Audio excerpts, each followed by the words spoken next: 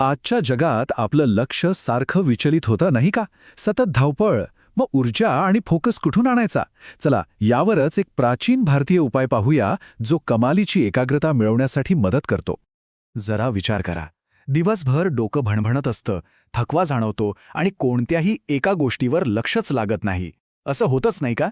पण काय वाटतं, या सगळ्याचं मूळ आपल्या रोजच्या सवयींमध्येच दडलेलं असेल तर? या सगळ्या गोंधळावर ना आयुर्वेदात हजारो वर्षांपासून एक जबरदस्त उत्तर आहे. ते म्हणजे दिनचर्या. आता दिनचर्या म्हणजे काय? तर ही फक्त काही नियमांची लिस्ट नाहीये. ही एक कला आहे निसर्गाशी जुळवून घेण्याची.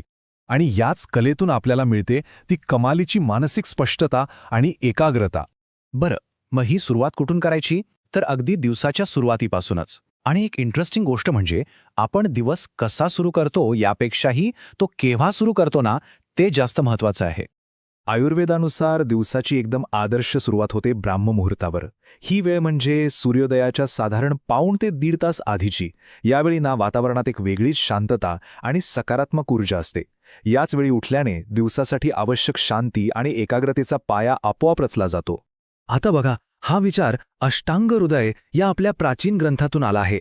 या दोन गोष्टी किती महत्त्वाच्या सांगितल्या आहेत. एक म्हणजे आरोग्याचं रक्षण आणि दुसरं म्हणजे मानसिक शांती. आजच्या जगात जिथे आपलं लक्ष खेचणाऱ्या हजारो गोष्टी आहेत, तिथे ही मानसिक शांतीच खऱ्या अर्थानं एकाग्रतेची पहिली पायरी आहे. दिवसाची सुरुवात योग्य वेळी झाली. आता पुढची पायरी आहे शरीर आणि मनाची शुद्धी.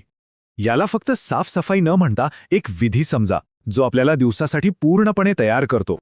यामध्ये ना 3 एकदम सोप्या पण खूप महत्त्वाच्या गोष्टी आहेत. पहिली, मलोत्सर्ग म्हणजे शरीरातली सगळी घाण बाहेर टाकणं. मग दात घासणं आणि हो, जीभ साफ करणं. याला म्हणतात जिव्हा निर्लेखन. याने होतं काय की शरीरात जे आम म्हणजे विषारी घटक साचलेले असतात ते निघून जातात, आळस जातो. आणि जेव्हा शरीर आतून स्वच्छ असताना तेव्हा मनाला फोकस करणं कितीतरी सोपं होतं. शुद्धी झाली की पुढची स्टेप येते, ती म्हणजे आपलं शरीर आणि आपली इंद्रिय यांना दिवसासाठी तयार करण्याची. कारण आपली इंद्रिय जितकी तीक्ष्ण, तितकं आपलं लक्ष केंद्रित करणं सोपं होतं.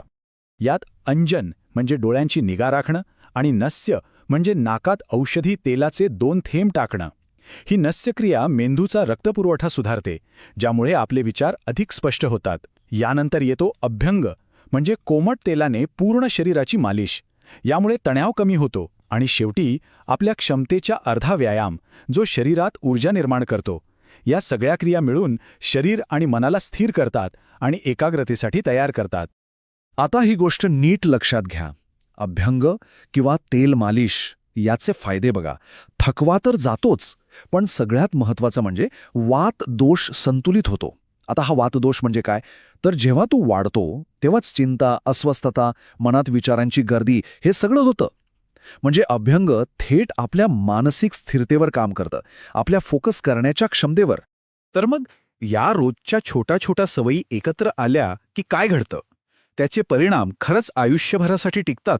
दिनचर्येचं नियमित पालन केल्यास शरीरातील वात, पित्त, कफ हे तिन्ही दोष बॅलन्समध्ये राहतात.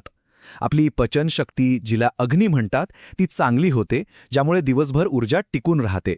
आणि सगळ्यात महत्त्वाचं म्हणजे सत्वगुण वाढतो. सत्व म्हणजे काय? तर मानसिक शुद्धता आणि शांतता.